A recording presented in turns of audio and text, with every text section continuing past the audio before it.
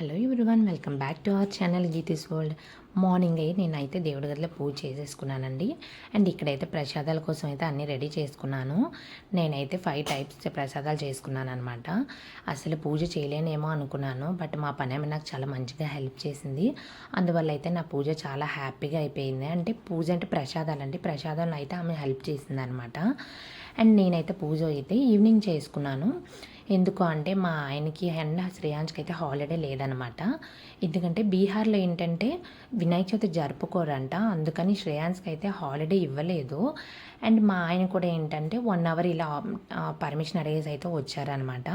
So నేనైతే అందుకని ఈవినింగే చేసుకుందాము, అందరూ ఉంటారు కదా హ్యాపీగా అని చెప్పేసి అనుకున్నాను. అండ్ ఈవినింగ్ కూడా చేయొచ్చు అని చెప్పారు, పంతులు గారిని అడిగాము. అండ్ ఇక్కడైతే నా కొడుకు వాడు బుక్స్ తీసుకొని ఇచ్చాడు అనమాట, మమ్మీ బుక్స్ ఆర్డర్ పెట్టు అని. అండ్ బొద్దుగా కూర్చున్నాడు అనుకోవద్దు, వాడైతే అస్సలు కూర్చొని లేదండి, నేను కూర్చోమని అడిగాను. మా ఆయన కూడా కొంతసేపట్లో వెళ్ళిపోయారనమాట. నాకు వీళ్ళిద్దరూ ఉన్నా సరే లేనట్టే అయిపోయింది ఆ రోజు. నేను అనవసరంగా వెయిట్ చేశానే అనిపించింది. అండ్ ఇంకో డౌట్ ఏంటంటే అండి, మనము ఏ పూజ చేసినా సరే ముందైతే గణపతిని అయితే పూజిస్తాం కదా. నా డౌట్ ఏంటంటే ఇప్పుడైతే మనం చేసేది గణేశుని పూజే కదా.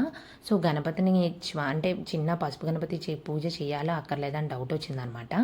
నేనైతే యూట్యూబ్లో సెర్చ్ చేశాను. అయితే ఒక పంతులు గారు ఏం చెప్పారంటే, మనము ఏ పూజ చేసినా సరే, ఈవెన్ గణపతి పూజ చేసినా సరే వినాయక చవితి రోజు మనమైతే చిన్న గణపతిని అంటే పసుపు గణపతిని అయితే పూజించాలి అంట. ఎందుకు అంటే మీరు కథలోనే వినుంటారు కదా, ఏ పూజ అయినా సరే ముందైతే పసుపు గణపతిని అయితే మనం చేసుకొని పూజించుకోవాలి.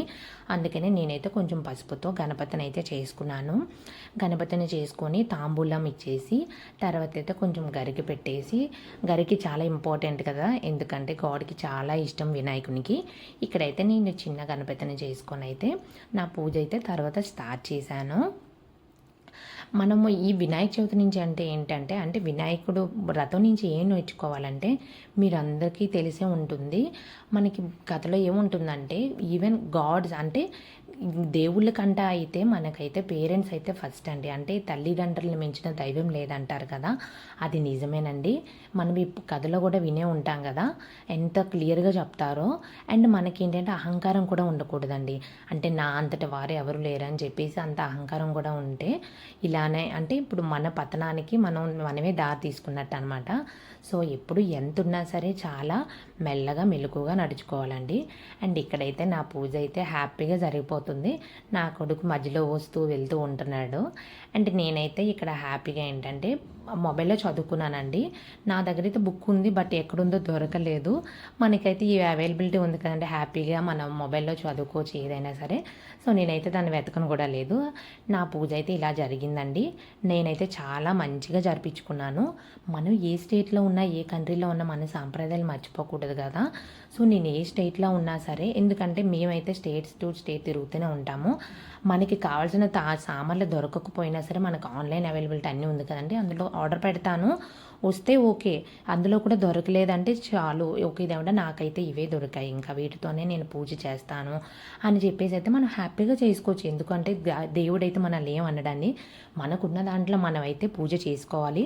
ఆడంబరాలకి వెళ్ళి ఎక్కువేం చేయక్కర్లేదు. అలా చేసినా సరే అతనికి తృప్తి ఉండదు. మనం ఏంటంటే మనస్ఫూర్తిగా దేవుణ్ణి నమ్ముకొని, దేవుణ్ణి మనసులో అంటే పూజిస్తూ హ్యాపీగా చేసుకుంటే చాలు. అండ్ నా కొడుకు అయితే లాస్ట్ ఫైనల్గా అయితే వచ్చాడనమాట పూజ లాస్ట్లో. అండ్ మంచిగా దేవునికి మొక్కుకొని, ఏం మొక్కున్నా అంటే మమ్మీ కొట్టకూడదని మొక్కుకున్నాడంట. అండ్ ఫైనల్గా అయితే నా పూజ ఇలా జరిగిందండి. మీకు ఎలా అనిపించిందో కామెంట్ చేయండి.